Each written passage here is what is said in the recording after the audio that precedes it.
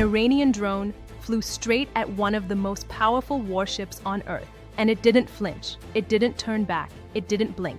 It kept coming. Until an American F-35C roared off the deck of the USS Abraham Lincoln, locked on, and blew it out of the sky. That wasn't an accident, that wasn't a lost drone, that was a message. And when messages are delivered 500 meters from your coastline in one of the most explosive waterways on Earth, because this didn't happen in isolation. On the same day, Iranian Revolutionary Guard boats moved toward a US flagged tanker in the Strait of Hormuz. They radioed threats. They signaled intent to board. 2 confrontations, 12 hours, 2 separate flashpoints. And Washington pulled commercial ships farther from Iranian waters. This isn't normal naval traffic. This is tension, tightening. The Abraham Lincoln Carrier Strike Group had just redeployed to the region. 3 guided missile destroyers, electronic warfare aircraft, F-35Cs, Super Hornets, Growlers. This isn't a fishing boat, this is floating power. So why send a drone directly at it? Was Iran trying to provoke, to test, to embarrass, or something else? Iran's own news agency later said the drone completed its mission. It transmitted images, it captured surveillance. Think about that. Before it was shot down, it sent pictures home, pictures of the carrier's defensive posture, the positioning of its escorts, the air wing configuration. That drone wasn't trying to survive. It was trying to see, and it did. Here's what matters. A Shahed reconnaissance drone isn't the punch, it's the eye. It loiters, it observes, it feeds targeting data. And Iran's coastal missile batteries, those are the fist. This is where it gets serious. Because Iran hasn't spent the last decade building a navy to match America ship for ship. That would be impossible. Instead, they built missiles, lots of them. Short range, medium range, ballistic, cruise, and now hypersonic.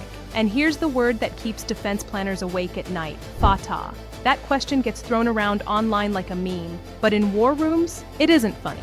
Iran claims its Fatah-2 hypersonic missile can glide through the upper atmosphere at speeds over Mach 13. That's more than 10,000 miles per hour. Let that sit for a second. At that speed, reaction windows collapse. Traditional missile defense systems rely on prediction. They calculate where a threat will be and fire at that future point. But hypersonic glide vehicles can shift course mid-flight. They don't follow neat arcs. They zig. They adjust. And at Mach 13, even a slight adjustment can throw off intercept math. There's another problem: heat. At those speeds, friction with the atmosphere creates a plasma sheath around the missile, and plasma can interfere with radar tracking. That means there are moments, brief, terrifying moments, when the radar picture gets fuzzy. Now here's the honest part. No one outside classified circles truly knows how well these systems would perform in real combat. War games are simulations. Reality is chaos. But Western analysts are no longer dismissing Iran's capability. They're debating it. That alone is significant. Let's not exaggerate. Thus, the US military has confirmed the situation regarding a drone hitting a drone heading towards the aircraft carrier in the Arabian Sea. This drone shot down by an F-35 jet, an Iranian Shahed drone heading towards the vessel with an uncertain intent, according to US military, who've confirmed that the unmanned aircraft was brought down. This, of course, is raising great issues regarding the ongoing tension between the United States and Iran. Talks were set to resume between Iran and the US in Turkey on Friday. White House says these talks are still scheduled. However, this raises the tension even more between Tehran and Washington. The Abraham Lincoln doesn't sail alone. It's protected by Aegis-equipped destroyers, layered interceptors, electronic warfare systems. Before firing missiles, U.S. ships attempt to jam and fry incoming guidance systems. Electronic warfare first, kinetic intercept second. That's the doctrine. And American carriers carry multiple defensive layers for a reason. One hypersonic missile, low probability of success. But that's not Iran's strategy.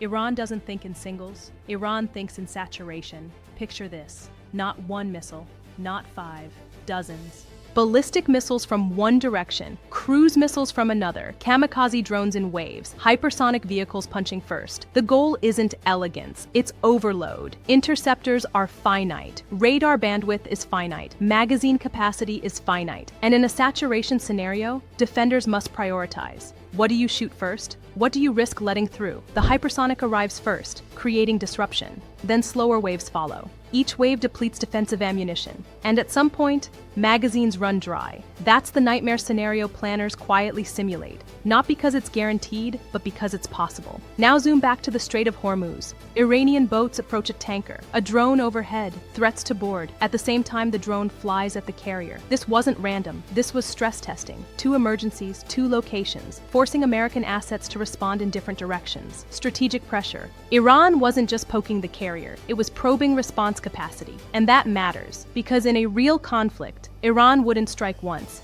It would strike everywhere.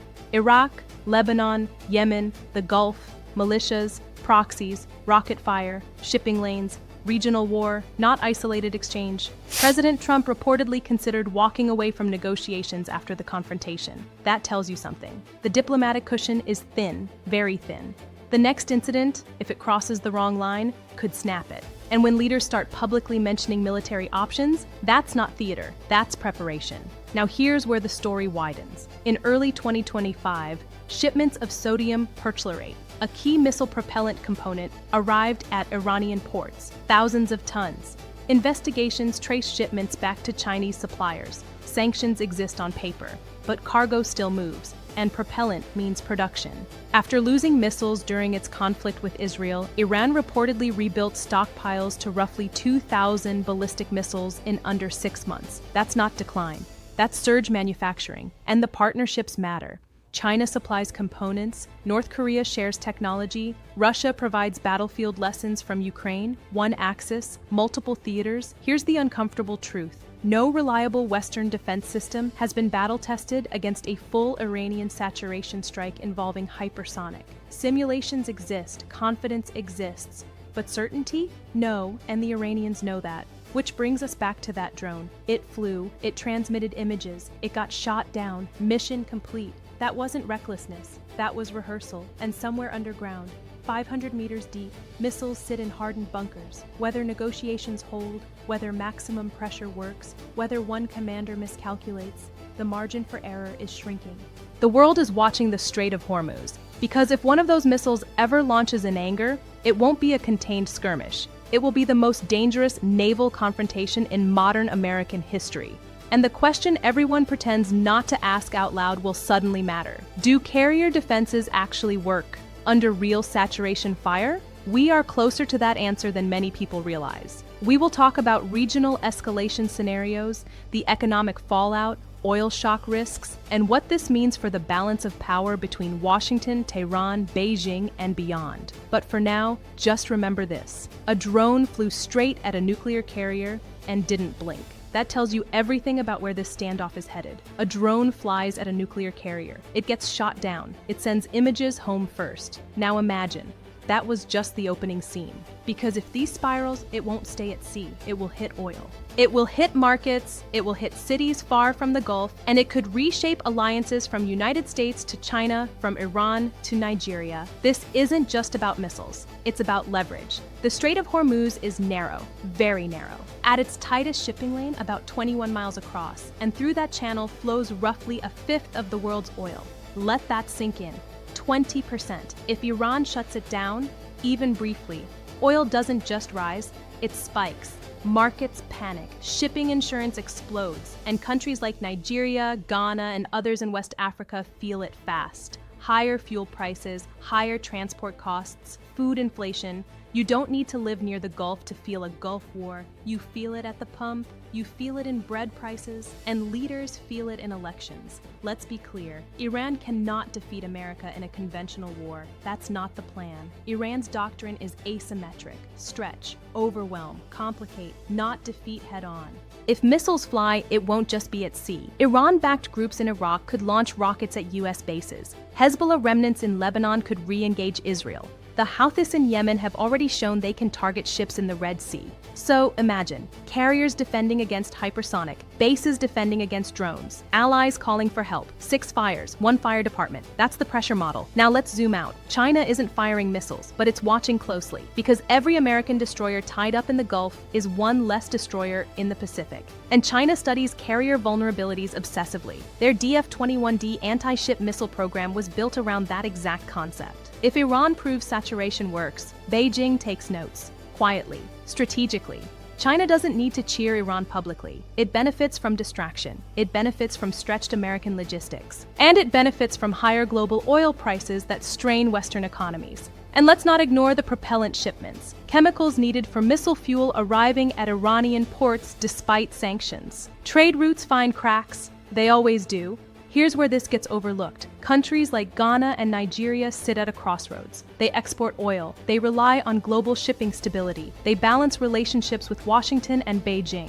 If the Gulf destabilizes, African economies face both risk and opportunity. Oil exporters might see higher revenue short-term, but instability can choke shipping insurance and global demand. And politically, African nations are increasingly asserting independence. President Trump's approach has been maximum pressure. Sanctions, military positioning, visible readiness, but pressure works both ways. Push too hard, and the opponent lashes out. Pull back too far, and deterrence weakens. That balance is delicate, and right now, it's razor thin. Let me tell you what scares strategists most. Not a deliberate war, a mistake, a misread radar signature, a missile that was meant as a warning but lands wrong, an IRGC commander acting without central approval, or an American interceptor miscalculating. Escalation can start from confusion. History is full of wars no one intended. And when hypersonic weapons are involved, decision time shrinks. Minutes become seconds. Seconds become irreversible. Privately, analysts admit something sobering. Carrier dominance is no longer unquestioned. It's still formidable, but it's challenged. Technology is compressing advantage. Missiles are cheaper than carriers. Drones are cheaper than jets. And saturation favors volume. America still holds massive power, but the margin of invulnerability, that era is fading. 3 paths. 1. Negotiations stabilize, tensions cool, deterrence holds. 2. Proxy conflict expands quietly. Drones here, missiles there, no direct confrontation, oil spikes, markets crash, alliances harden, and countries from West Africa to Southeast Asia scramble to adjust. We started with a drone, a small machine flying toward a massive ship. But the drone wasn't the point. The point was confidence. Iran showed it is willing to push. America showed it is willing to respond. And both sides are now standing closer to the edge than they admit publicly. The hypersonic missiles sit underground. The carriers sail above. Negotiators talk, commanders plan, and the world watches. Because if those missiles ever launch in anger, it won't just test one carrier, it will test the balance of global power. Now I want to hear from you. Do you believe deterrence will hold, or are we heading toward a confrontation no one can control? Drop your thoughts in the comments. Support this work by liking the video and subscribe to stay updated, because this story isn't over.